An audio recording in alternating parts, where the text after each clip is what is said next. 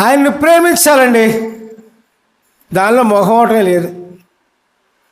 దేవుణ్ణి ప్రేమిస్తేనే కుటుంబం సక్రంగా ఉంటుంది. దేవుణ్ణి ప్రేమించకపోతే అంతా అల్లకలవరమే, కుటుంబం అంతా అల్లకలవరమే, కుటుంబాలు విడిపోవటమే, కుటుంబాలు తగాదులే, కుటుంబాలు విచ్ఛిన్నమైపోతాయి. ఒకరికొకరు పొంతన ఉండదు,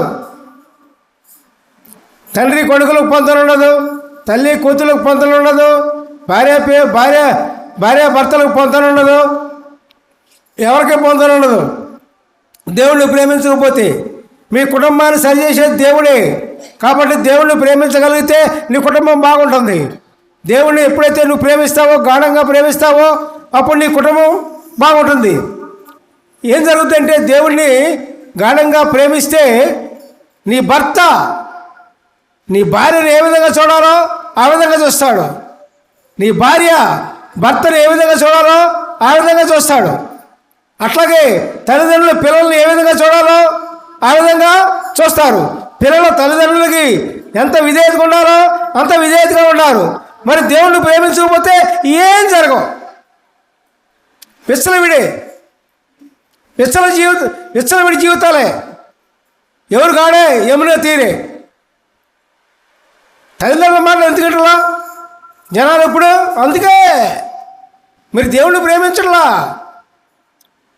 భార్య మాట భర్త, భర్త మాట భార్య ఎందుకంటలా? అందుకే దేవుణ్ణి ప్రేమించగే. తల్లిదండ్రుల మాట పిల్లలు ఎందుకంటలా? మీరు దేవుణ్ణి ప్రేమించగే.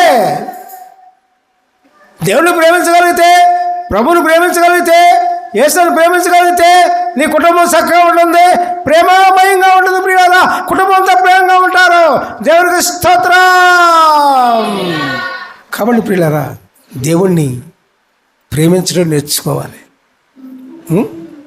దేవుణ్ణి ప్రేమించడం నేర్చుకోవాలి. దేవుణ్ణి ప్రేమించకపోతే కుటుంబాలు చెల్లాచెదిరే. చూడండి, మనకు కంటికి కనపడుతున్నాయి కదా ఎన్నో కుటుంబాలు సఖ్యతగా సమాధానంగా ఉండే. చెప్పండి నాకు, తల్లిదండ్రులు మాట పిల్లలు ఎవరంటున్నారు చెప్పండి? ఎవరు వింటారా? అది ఎవరు వింటారా? అవునా కాదా చెప్పండి? అవునన్న వాళ్ళ చేతులు పోయి కదండి. ఎత్తట్లా అనుమానం కేసులు, పెద్ద అనుమానాలు. మనం ఆ లిస్టులో ఉన్నాగా. అందుకని దేవునికి స్తోత్రం చేయండి. హల్లెలూయా, ప్రైజ్ ది లార్డ్.